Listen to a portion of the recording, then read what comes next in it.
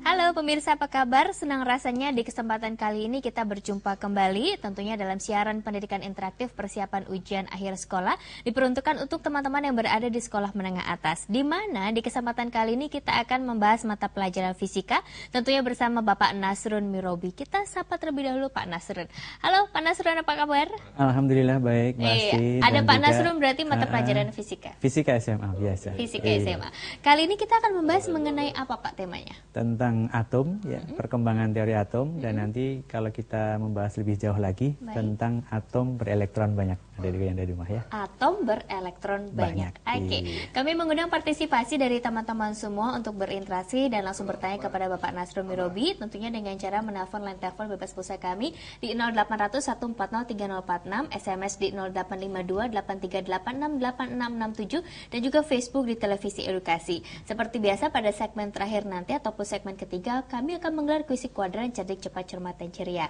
Dan bagi teman-teman yang saat ini tidak bisa menyaksikan siaran langsung melalui televisi, bisa mengakses siaran ini melalui TV live streaming Televisi Edukasi dan juga mendapatkan latihan soalnya ya dengan cara mengakses video on demand di tva.kemdikbud.go.id. Oke, sebelum kita masuk dalam atom berelektron banyak, ada baiknya jika bersama-sama kita menyaksikan sebuah tayangan yang berikut ini. Silakan.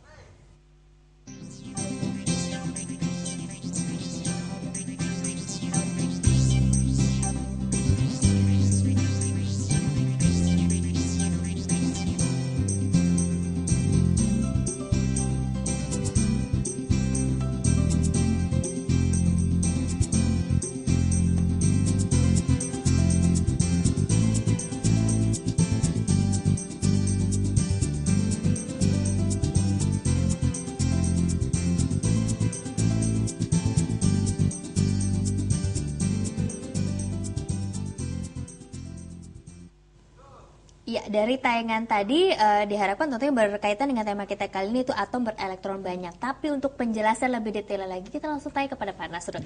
Tayangan yang baru saja kita saksikan bersama tadi kaitannya di mananya, Pak? Iya, ini menarik sekali di situ ya. Di sana ada beberapa tayangan yang bisa ditampilkan. Ada sebuah atom yang terdiri dari inti, ya. Kemudian inti itu dikelilingi oleh beberapa elektron. Elektron itu berada pada lintasan-lintasan tertentu. Kemudian elektron itu mempunyai energi tertentu di dalam setiap lintasannya. Kemudian dia selalu berputar mengelilingi intinya. Nah, semacam ini kita lihat di sana ada muatan positif. Kemudian intinya sebagai intinya muatan positif. Kemudian elektron-elektronnya mengelilingi inti. Nah, pada tayangan yang tadi itu merupakan salah satu percobaan yang dilakukan oleh salah satu penemu daripada struktur atom ini, yaitu Rutherford, gitu ya. Nah, nanti kita akan membahas itu satu persatu terlebih dahulu sehingga adik-adikku yang ada di rumah pada saat melihat nanti mengetahui lebih detail tentang bagaimana sih perkembangan tentang atom yang ada di alam ini, dari yang paling sederhana sampai yang paling kompleks. Oke, dari yang paling sederhana sampai yang paling kompleks gitu ya. Ya, silakan Pak Nasrun. Kita lihat ya, adik-adikku yang ada di rumah. Memang pembahasan kita adalah tentang atom berelektron banyak. Mempersiapkan adik-adikku yang ada di rumah untuk semester ujian ulangan akhir semester ini, ya? Gitu ya. Kita lihat perkembangan teori atom terlebih dahulu adik-adikku yang ada di rumah. Yang pertama tentunya adik-adikku yang ada di rumah pada saat di tingkat sebelum SMA yaitu SMP pernah mempelajari juga tentang atom, perkembangan teori atom. Kita singgung sedikit demi sedikit. Yang pertama tentunya adikku tahu tentang Dalton atau teori atom Dalton. Dia mengatakan bahwa atom itu merupakan partikel terkecil yang tidak dapat dipecah lagi. Ya. Partikel terkecil yang tidak dapat dipecah lagi. Kita ibaratkan ini sebuah benda, kemudian kita bagi-bagi lagi. Kemudian akan muncul bagian-bagian yang terkecil yang tidak dapat dipisah-pisah lagi. Ya. Nah, inilah yang kita sebut sebagai atom. Ini pertama kali yang diinformasikan oleh seorang ilmuwan yang bernama John Dalton ini. Kemudian perkembangannya, bagaimana Dalton ini mengemukakan teorinya tentang atom. Yang pertama bahwa atom merupakan bagian zat yang tidak dapat dibagi-bagi lagi. Kemudian yang kedua, atom suatu unsur tidak dapat berubah menjadi atom unsur yang lain. Maksudnya apa? Unsur atom emas misalnya, kemudian di sana ada unsur atom perak, maka antara atom emas dan atom perak itu tidak ada kaitannya antara satu dengan yang lain. Sehingga atom emas sendiri, atom perak sendiri. Nah, itu pada saat beliau mengemukakan. Kemudian yang ketiga, dua buah atom atau lebih yang berasal dari unsur-unsur yang berlainan dapat bersenyawa membentuk molekul.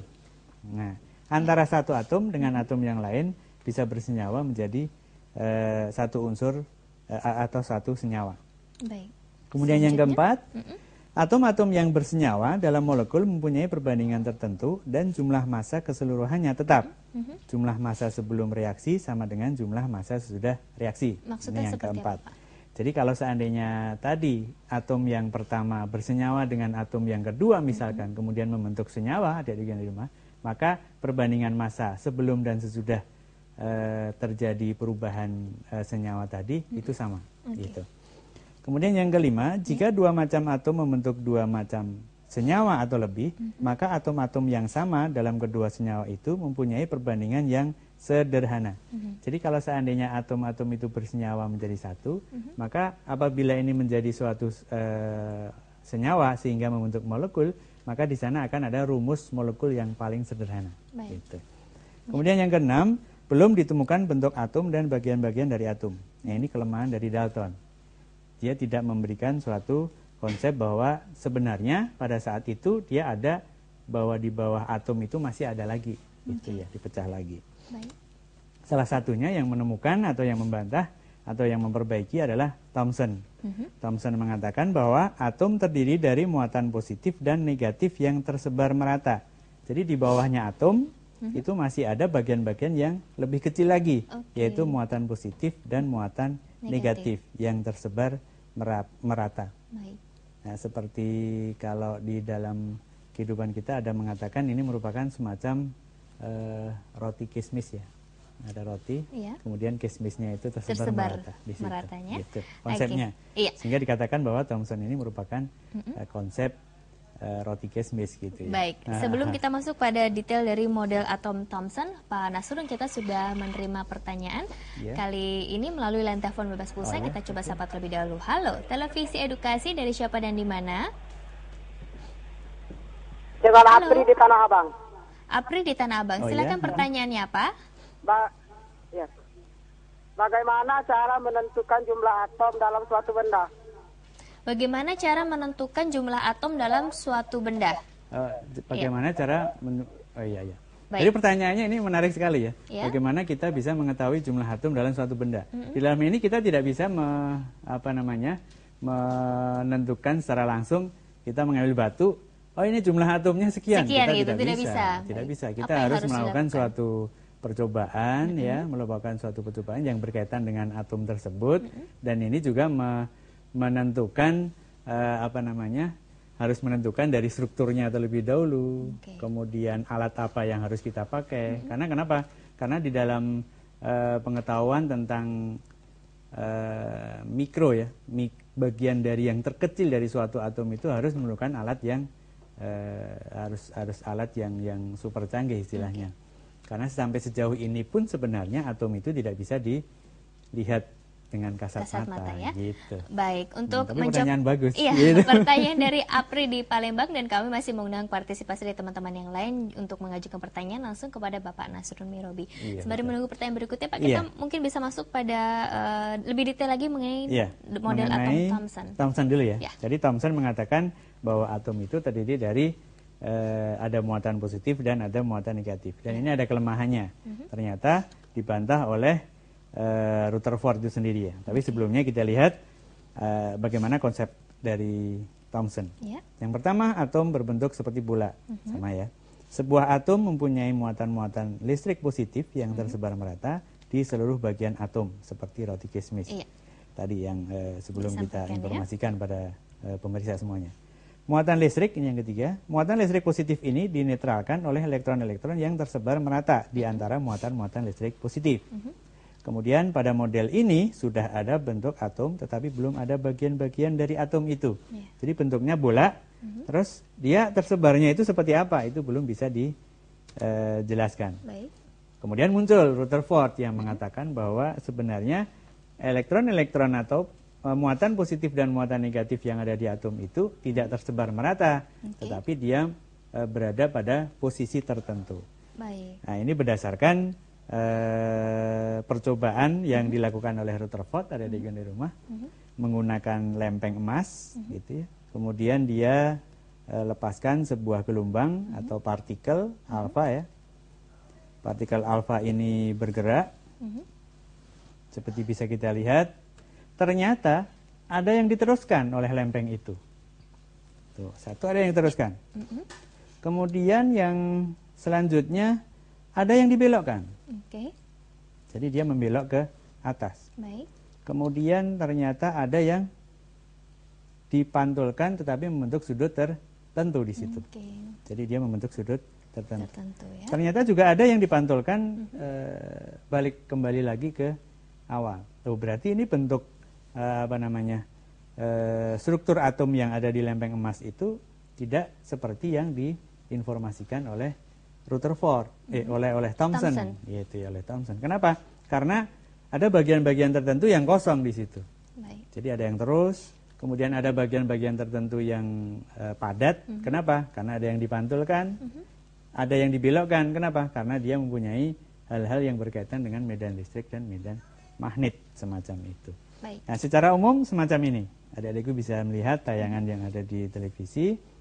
Jadi kalau seandainya ada sebuah sinar, ini sekumpulan sinar yang ada di rumah, bergerak ke kanan, ada yang dipantulkan, yang merah ini ya, dipantulkan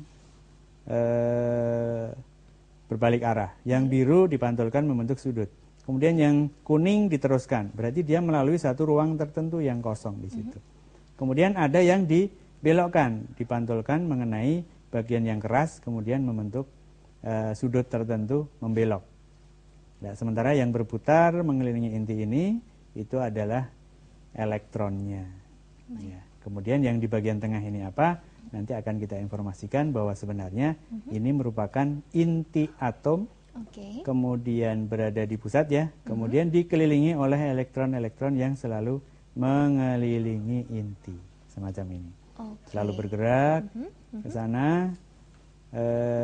Dan ini sebenarnya tidak hanya satu, karena ini hanya simulasi satu contoh atom yang elektronnya hanya satu.